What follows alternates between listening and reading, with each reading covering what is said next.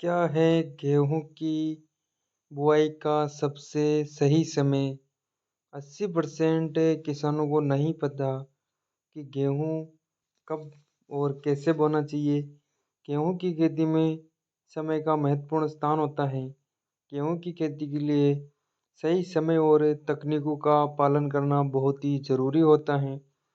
अगर किसान सही तरीके से अपनाते हैं तो वे बहुत अच्छा उत्पादन पा सकते हैं और मुनाफा भी बढ़ा सकते हैं। गेहूँ की बुआई के लिए सबसे उचित जो समय होता है वो 15 अक्टूबर से 15 नवंबर के बीच तक करना सबसे फायदेमंद होता है।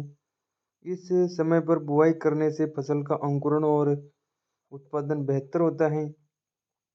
इस अवधि के दौरान उच्च गुणवत्ता वाली प्रजातियों की बुआई कर सकते हैं। इस समय उचित किस्में चुनें और उर्वरक का सही इस्तेमाल करके गेहूँ की पैदावार को दुगना किया जा सकता है। इसके बाद 15 दिसंबर से 20 से 25 दिसंबर के बीच मध्यम और देरी वाली प्रजातियों की बुआई की जाती है।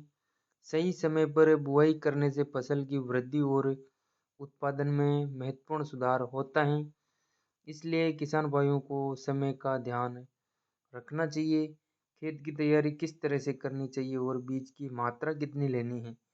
तो खेत को अच्छी तरह से तैयार करना गेहूँ की अच्छी फसल के लिए आवश्यक होता है। गेहूँ की बुआई से पहले खेत की अच्छी तरह से तैयारी करना आवश्यक है। जुताई करते समय खेत को नमी युक्त बनाना चाहिए ताकि बीज अच्छी तरह से जम सके। सबसे पहले गोबर की खाद को 2 से 3 ट्राली खेत में बिखेर कर हल्की गहरी जुताई करनी चाहिए।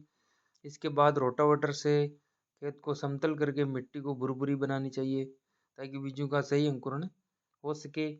1 बीघा भूमि के लिए 15 अक्टूबर से 15 नवंबर के बीच बुआई करते समय 25 किलोग्राम बीज, और अगर गेहूं की देरी से बुआई यानी कि 15 दिसंबर से 25 दिसंबर के बीच कर रहे हैं तो बीज की मात्रा बढ़ाकर 35 किलोग्राम करनी पड़ती है। इस प्रकार बीज की मात्रा का सही चयन फसल के स्वास्थ्य और उपज को प्रभावित करता है। उर्वरकों का सही उपयोग गेहूं की खेती में बहुत जरूरी होता है, इसलिए सही मात्रा में ही इसका प्रयोग करना चाहिए। यदि खेत में गोबर और कंपोस्ट की कमी है तो किसानों को नाइट्रोजन जैसे यूरिया, डीएपी, फास्फोरस और पोटास का उपयोग करना चाहिए। बुआई के समय 5 किलोग्राम सल्फर और 3 किलोग्राम जिंक सल्फेट का प्रयोग करना लाभकारी होता है। ये सभी तत्वों का फसल की वृद्धि और विकास के लिए आवश्यक पोषक तत्व होते हैं।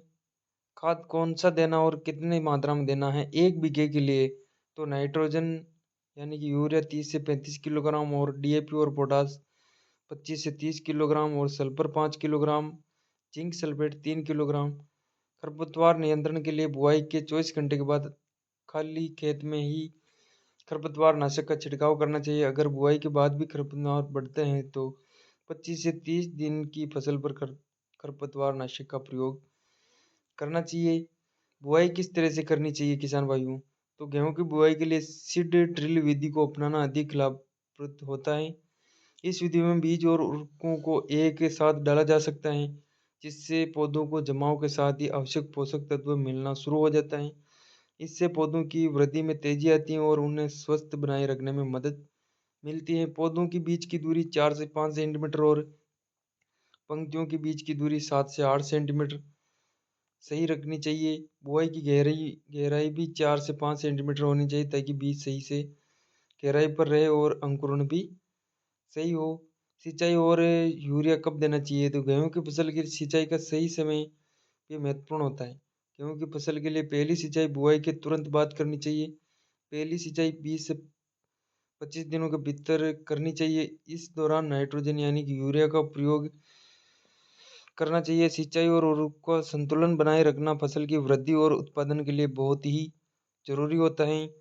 ये सिंचाई सही समय पर की जाती है तो फसल स्वस्थ और उपज में बढ़िया रहती है। दोस्तों, मिट्टी के प्रकार के अनुसार सिंचाई की संख्या अलग अलग हो सकती है, लेकिन सामान्यतः 5 से 6 सिंचाई करनी चाहिए। किसान भाइयों, सभी पहलुओं को हमें ध्यान में रखते हुए ही गेहूँ की बुआई करनी चाहिए। गेहूँ की खेती एक वैज्ञानिक दृष्टिकोण की आवश्यकता है। सही बुआई का समय, बीज की उचित मात्रा, उर्वरक प्रबंधन, सही बुआई विधि और सिंचाई का संतुलन, इन सभी तत्वों का ध्यान रखना आवश्यक है। इन पहलुओं पर ध्यान देकर किसान अपनी गेहूँ की फसल की उत्पादकता को बढ़ा सकता है और बेहतर आय प्राप्त कर सकते हैं। तो किसान भाइयों, वीडियो कैसा लगा हमें कमेंट करके ज़रूर बताएं और ऐसे ही वीडियो को देखने के लिए आप हमारा YouTube channel agro with technical को सब्सक्राइब कर सकते हैं।